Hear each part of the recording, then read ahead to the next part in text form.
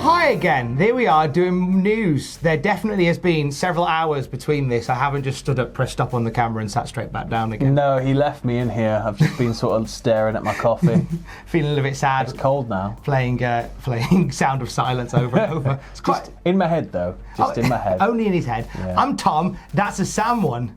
There's some news coming at you, like Cleopatra. CM Punk comments on a rumoured Royal Rumble return. A new stipulation has been added to a Survivor Series match for this Sunday. And a former WCW World Champion is on WWE television tonight. I cannot wait to tell you about this in a minute. Look in my eyes, what do you see? You clicked this vid for CM Punk. CM Punk news. We don't get a chance to say CM Punk rumoured return confirmed as often anymore. No, we don't get to talk about CM Punk at all these days. We've only mentioned him once previously. He's obviously back on WWE television. He works for Fox. We know. Calm. Before you go crazy in the comments, he is a Fox employee. And this story continues that story. So he was asked on Twitter by Wally, the rapper. Okay, Wale. Sorry, Wally is the robot from Disney. Yeah. And even then I call him Wally. Don't call him a Wally. He doesn't like it. Wale, hello Wale if you're watching. I know he does watch the channel from time to time. Wale's a fan. Yeah. Hello friend. Is Wally watching as well, the robot from Disney? I'd like to think so, but I don't know if he knows how to comment. And also, you need a big keyboard, wouldn't he? Because he's got those big claw hands. Maybe he could use his thumbs because his thumbs were slightly smaller, but he'd probably end up just picking the piece. We're rambling again. He probably just ended up just eating it and turned it into a brick like he does with everything else. But while I asked him on Twitter, have you seen the movie Wall-E? And CM Punk said, no, I haven't, but I'd love to. Wally asked about what's happened to our news. It's the best it's ever been. Shut up. Wally asked CM Punk if he was going to enter the Royal Rumble next year. Just flat out asked him. Yeah. CM Punk commented on this and said, nope, I'll talk about it though. I work for Fox. I mean, yeah, that's it. He works for Fox. Like, there was the whole thing of when somebody spat a load of theory at Meltzer on Twitter and was like, so if he works for Fox, but he's talking about WWE, could he also work for AEW and show up for them? And he's like, well, legally, there's nothing going to stop him there. And everybody was like, oh my God, it's what he's going to do. It's like, no. Yeah, I mean, you could, but it's just a bit dickish, isn't it? Yeah, I think we should be thankful that he's back and involved with wrestling to any degree at all.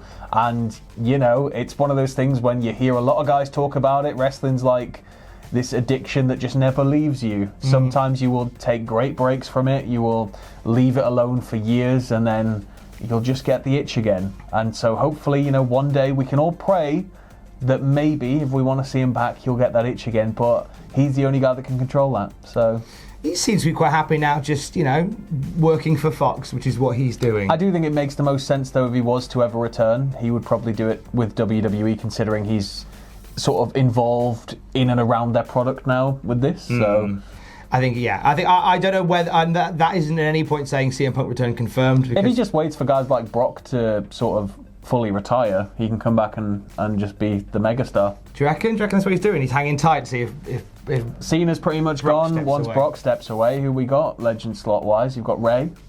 Kurt's not wrestling anymore. It's true. There's rumblings of Edge maybe coming back for one, but he could certainly fill that void quite nicely. He could come in and sort of work a lighter schedule, but still turn up and run his mouth in only the way he can. I found myself online on. Have him retire Lesnar. Do you reckon? Yeah. Whoa! Don't give it to Riddle. That'd make no sense. Poor Riddle again. I was on a long train journey back yesterday from the south to the north. Yes. Which sounds far more epic than it truly is, but it's just a cross-country train. I found myself for about an hour watching CM Punk promos from 2010. Punk, yes. And it's just it's amazing. Just like the power that he has on the mic, and just the crowd adulation as well. I think that's just think about it. Just Heyman has to just mention his UFC record. Boom, instant feud. It's done. Oh. And then he retires Lesnar and proves that he's better than him overall. Gets Sam Driver a job booking. And then Cain Velasquez just comes in and wipes him out. Just Cain Velasquez walks in and loses. And then just hands the title to Ray, who hands it to Dominic, who puts on Ray's mask and transforms into an 8-foot robot. I was watching the Toys That Made Us, and there was a whole There was a whole episode on Super Sentai. There's a whole episode on WWE's Hasbro figures, though, and the Mattel figures and everything. Oh, get away! It's on Netflix now. It's fantastic. Just check that out. But yeah, I don't know. I've got robots on the brain after the Super Sentai episode. My dad bought me 2 Hasbro figures once when I was poorly and I was off school. Yeah. And he bought me a Macho Man Randy Savage that did this, and a Jet State Roberts that did this. Yeah. And I built a ring out of a cereal box. I remember building rings out of shoe boxes and stuff. Yep. CM Punk's not doing the Royal Rumble. We've gone so far off things here. Jesus Christ. We'll just plug Netflix. Next news. No, We're 5 minutes in. Let's talk about figures.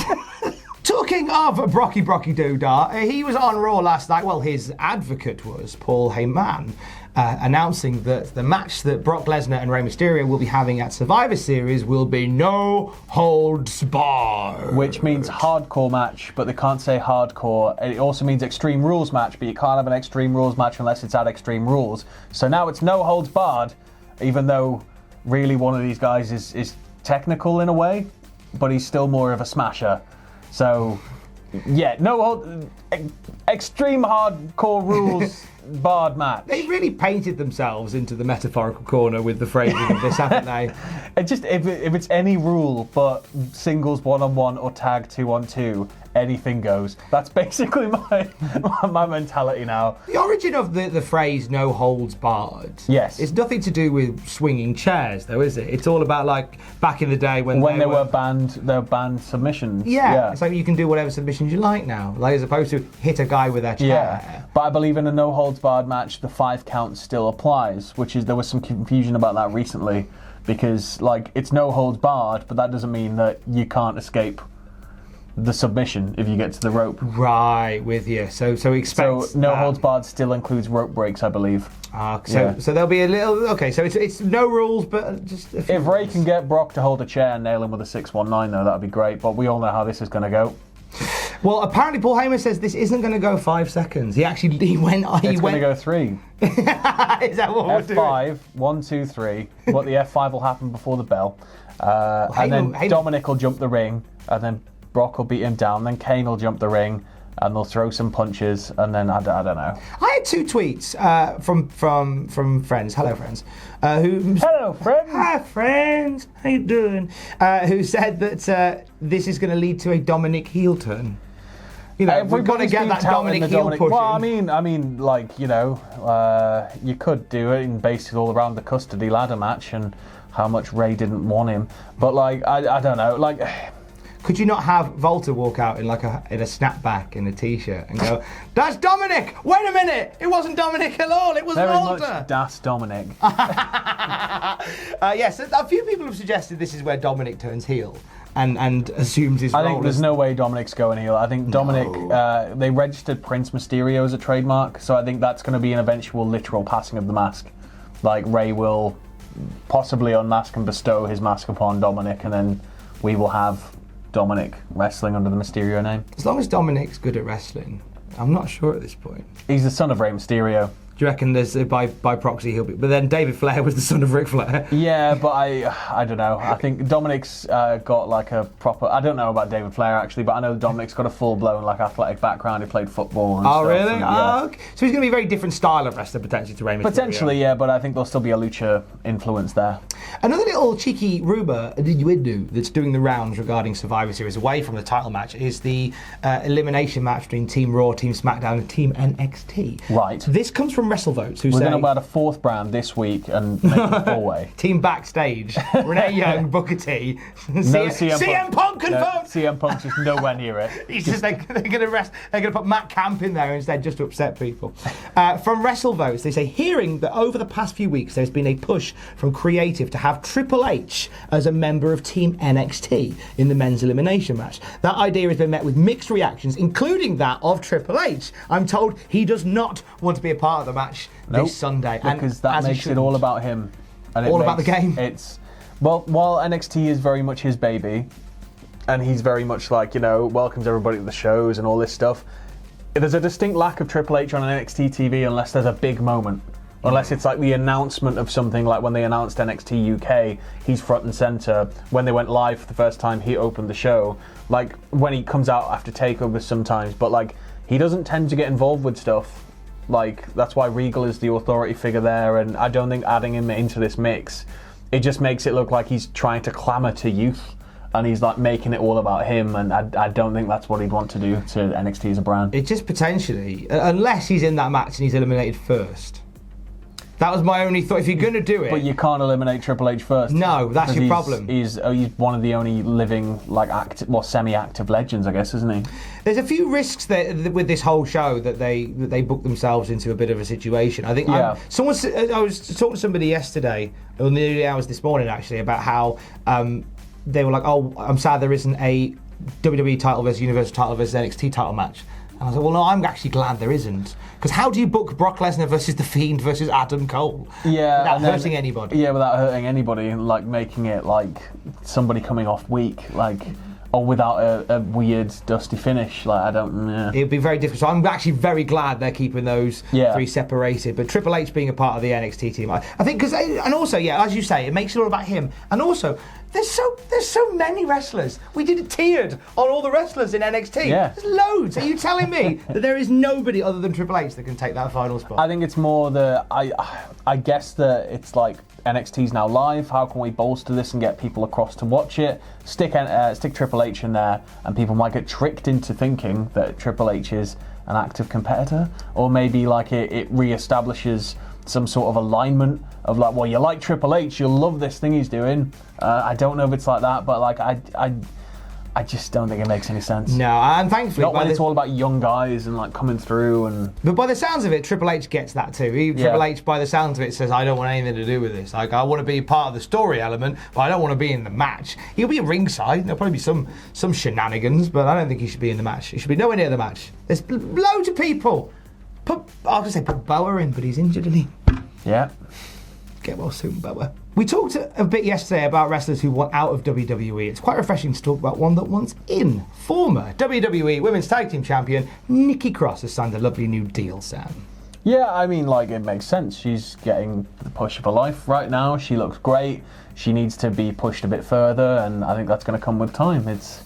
Yeah. I really liked seeing her, like some posts of her when WWE were on tour through Scotland and stuff. Yeah. It feels like a real homecoming for Nikki Cross. And I think the stuff with Alexa Bliss, I was surprised we didn't get like a heel turn from either party. Yeah. During that. It was sort of like you were just constantly waiting for something to arrive that never arrived.